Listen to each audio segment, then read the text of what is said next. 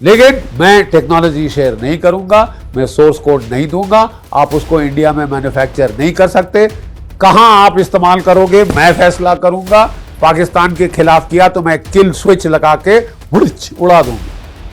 तो हम साहब पागल कुत्ते ने काट रखा है कि हम आपसे हथियार खरीदें। अजीब हद है साहब, और हमको मजबूरी है कि हम आप ही से खरीदें और अपनी पीठ में छुरा घुपवाएं बार बार बार बार बार बार।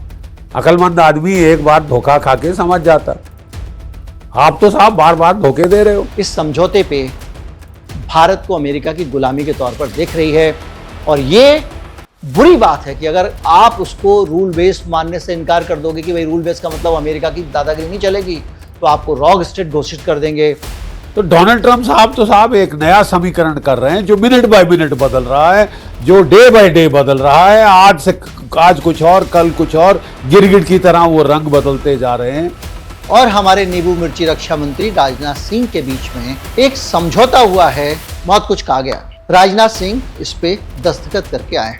हम क्यों डबल ट्रिपल कीमत पर अमेरिका से खरीदें, हमें समझ नहीं आया। अपनी इकोनॉमी क्यों तबाह करें आपको खुश करने के लिए। आप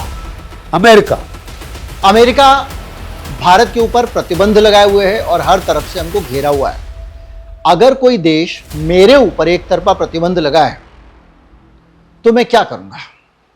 मैं कहूंगा भाई समझौता नहीं होगा, और उनके साथ डील करते थे।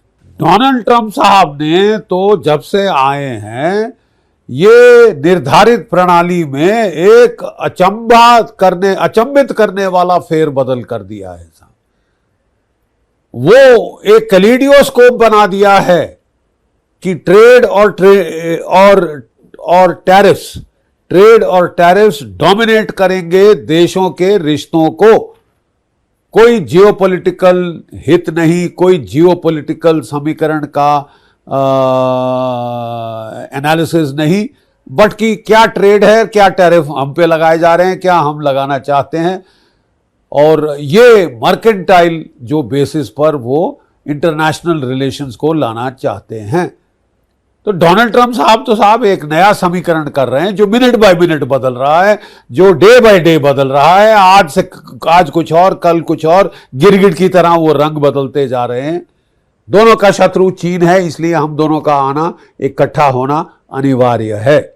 और इसके चलते भारत के रिश्तों में अमेरिका में बहुत फेरबदल हुआ साहब, बहुत फेरबदल हो गया।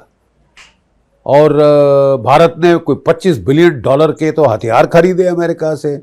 C-17 ट्रांसपोर्ट्स, आपके P-8 Poseidon maritime reconnaissance aircraft, आपके Apache helicopter, Chinook helicopter, titanium light weight howitzer वगैरह वगैरह। कोई 25 बिलियन के हथियार हमने साहब, अरब डॉलर के हथियार हमने अमेरिका से खरीदे। और एक नया समन्वय पैदा हुआ दुनिया में, quadrilateral of democracies, America, Japan, Australia, India, ये चार मिलके ये नया समीकरण बनने लगा, उभर कर आने लगा। ये सारे समीकरण का सत्यानाश किया जो बाइडेन साहब ने। जो बाइडेन और डीप स्टेट का ये आंकलन था कि अब चीन हमारा मेन थ्रेट नहीं है। रशिया फिर से उभर कर पुतिन के नीचे एक बड़ी ताकत बन गया है, एक मिलिट्री ताकत बन गया है जो अपने इंटरेस्ट के लिए लेटने को तैयार नहीं, जो लड़ेगा। ठीक है, तो उनका प्राइमरी मुद्दा बना कि साहब भाड़ में जाए चीन, pivot back to Europe, pivot from Asia, pivot to Europe. अब रशिया मेरा मेन प्रतिद्वंदी है और मैं इसकी इकोनॉमी तबाह करके छोड़ूंगा। कैसे करूंगा? मैं साहब रशिया को यूक्रेन से भिड़ाऊंगा, प्रॉक्सी वॉर लड़ूंगा, आखिरी यूक्रेनियन तक मैं रूस से लड़ते रहूंगा, चाहे 4, चाहे 5, चाहे 6 साल लगे, रूस की इकोनॉमी तबाह कर दूंगा। क्या रूस की इकोनॉमी तबाह हुई? नहीं। क्यों नहीं हुई? क्योंकि अमेरिका का कहना है कि चीन और भारत रशिया से तेल खरीदते रहे। साहब एक मुझे कोजेंट रीजन दीजिए, क्यों ना खरीदें अगर हमें सस्ते भाव में मिल रहा है। हम क्यों डबल ट्रिपल कीमत पर अमेरिका से खरीदें, हमें समझ नहीं आया। अपनी इकोनॉमी क्यों तबाह करें आपको खुश करने के लिए। अमेरिका लगातार रूस से यूरेनियम खरीद रहा है, अपने रिएक्टर्स के लिए, रेयर अर्थ्स खरीद रहा है, और भी सामान खरीदे, billions of dollars of trade है जो कि बढ़ा है, घटा नहीं। यूरोप जो कि सबसे बड़ा प्रतिद्वंदी बन गया है रूस का, उचक उचक के कह रहा है कि हम रूस की मलिया मेट कर देंगे, ये कर देंगे, वो कर देंगे, पिट खुद रहे। ठीक है साहब। यूरोप ने कहा कि साहब वो खुद ज्यादातर अपना तेल और गैस वो रूस से खरीदते रहे, जब तक कि जो बाइडेन ने नॉर्थ स्ट्रीम को उड़ा ही ना दिया। ना रहेगा बांस, ना बजेगी बांसुरी, तुम मेरे से खरीदोगे, मुनाफा मेरे को दोगे, तुमको नुकसान होता है, भाड़ में जाओ, भाड़ में जाओ।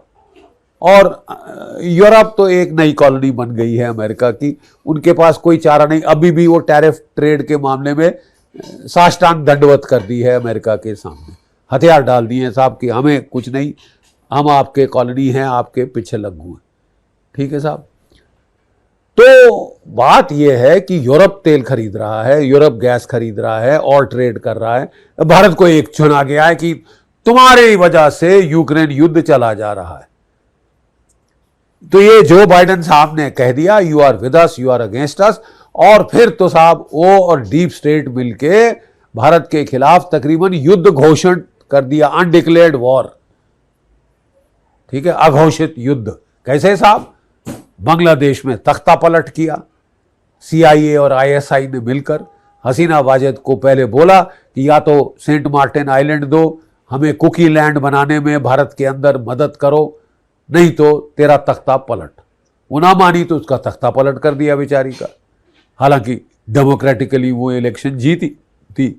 ISI, जमायते इस्लामी, CIA ने मिलकर एक कलर्ड रेवोल्यूशन बांग्लादेश में करी।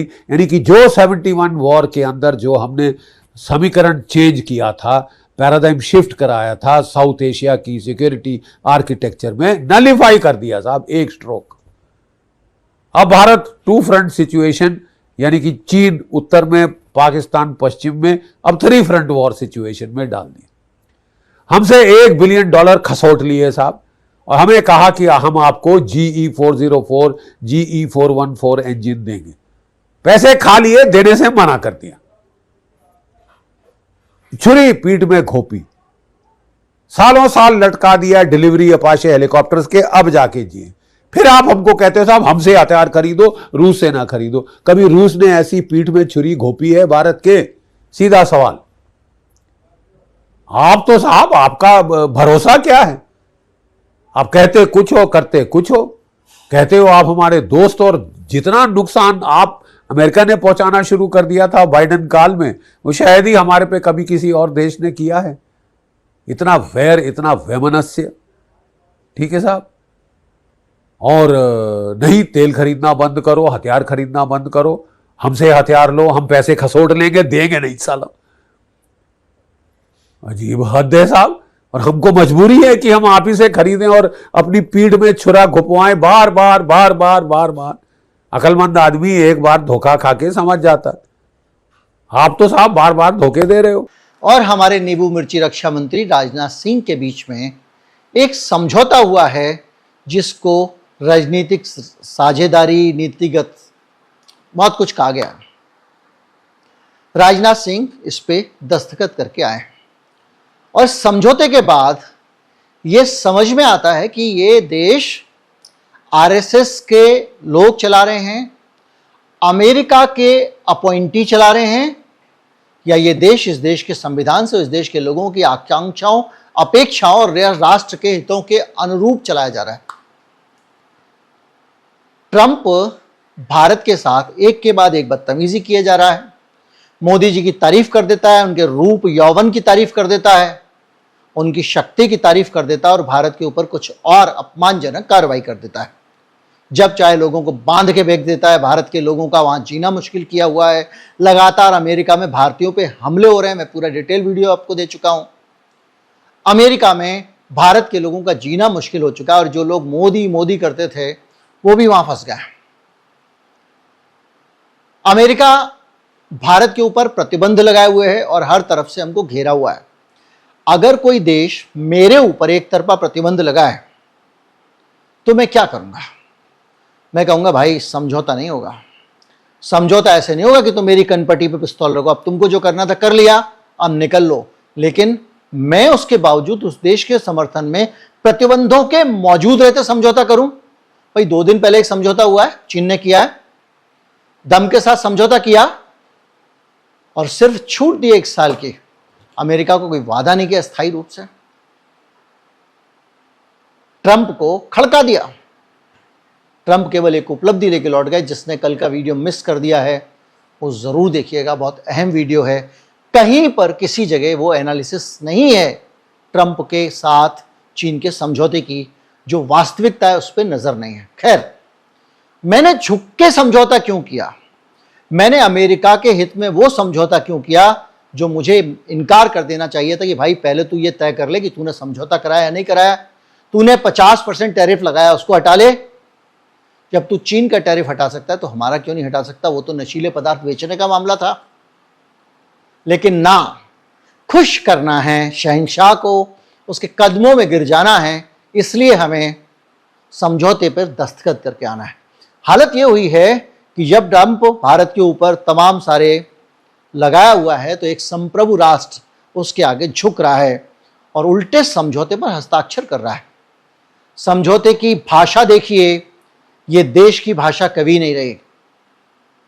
भारत एक इज्जत के साथ सब जगह रहता था।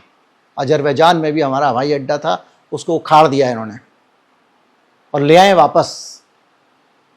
वो हमारे राष्ट्रीय हितों की सुरक्षा के लिए जरूरी था। वहां हमारे लड़ाकू विमान रहने का मतलब था कि हम अफगानिस्तान तक को कवर कर सकते थे। खैर, सरकार की जैसी शक्ति होती है। और सुनिए, राजनाथ सिंह ने जो बयान दिया है, free, open and rule based Indo Pacific, मतलब एक ऐसा हिंद प्रशांत जो नियमों से पे आधारित है, रूल बेस्ड है, फ्री है और ओपन है। इसकी भाषा को देखकर आपको लगेगा वाह कितनी अच्छी भाषा है, लेकिन यह भाषा तो अमेरिका की भाषा है। वो जब ये कह रहा है रूल बेस्ड, तो इसका मतलब यह है कि वो रूल जो अमेरिका के हैं, यानी अमेरिका का हुक्म बजाने को रूल बेस्ड कहा जा रहा है। और वो वहां पर ये डायलॉग बोल के सालों से अपनी सैन्य उपस्थिति को वैलिडेट कराने की कोशिश करता रहा है। भारत ने उस पर मुहर लगा दी है कि हाँ तुम यहां गुंडे लेके खड़े हो, तेरा क्या मतलब है, तेरी सीमा यहां पे क्या है, क्यों अमेरिका खड़ा होगा? लेकिन भारत जाके उसको ठप्पा लगा के आया। जब आप कहते हो फ्री, ओपन और रूल बेस्ड इंडो पैसिफिक, तो इसका मतलब यह होता है कि एशिया प्रशांत में अमेरिका की दादागिरी। रूल बेस्ड का मतलब यह है कि अमेरिका की दादागिरी। वो फ्री है तो भी अमेरिका तय कर रहा है, और इसीलिए पूरी दुनिया इस समझौते पे भारत को अमेरिका की गुलामी के तौर पर देख रही है। और ये बुरी बात है कि अगर आप उसको रूल बेस्ड मानने से इनकार कर दोगे कि भाई रूल बेस्ड का मतलब अमेरिका की दादागिरी नहीं चलेगी, तो आपको रॉग स्टेट घोषित कर देंगे।